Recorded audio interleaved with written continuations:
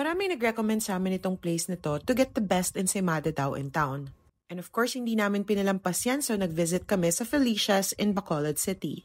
Na-amaze talaga ako sa Bacolod kasi ang dami talagang cake shops and pastry shops sa kanila. And dahil nga sa recommendation, excited na rin akong matikman itong ensaymada na binibenta ng Felicia's.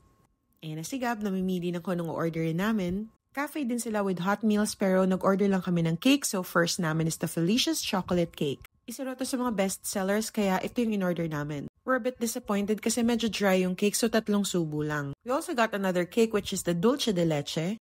And the same yung feedback namin for this cake kasi medyo dry nga siya. We're expecting sana a moist chocolate cake so bibigyan lang natin to ng 3 subo. And next yung famous na ensaymada con tablea of Felicia's. That was served to us na hinit yung ensaymada with the sausawan na tablea. Nako mga kamarites, I would say isa na yata to sa best, if not the best ensaymada na natikman ko sa life ko. Perfect na perfect dahil fluffy and soft and melts in your mouth. Samahan pa sa pagsawsaw ng tablea, nako perfect score 5 subo to for us. Nag-order din kami ng iced latte at saka ng brewed coffee to go with our meal.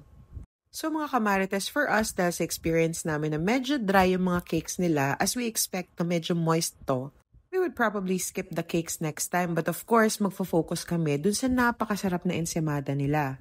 To be honest, nagsisi ako kung ba't hindi ako nagdala nito back to Manila pero talagang napakasarap, soft, fluffy, melt in your mouth at samano pa ng pagsawsaw dun sa chocolate, yum! Follow us for more food and travel adventures dito sa Bacolod. Yun lang, bye!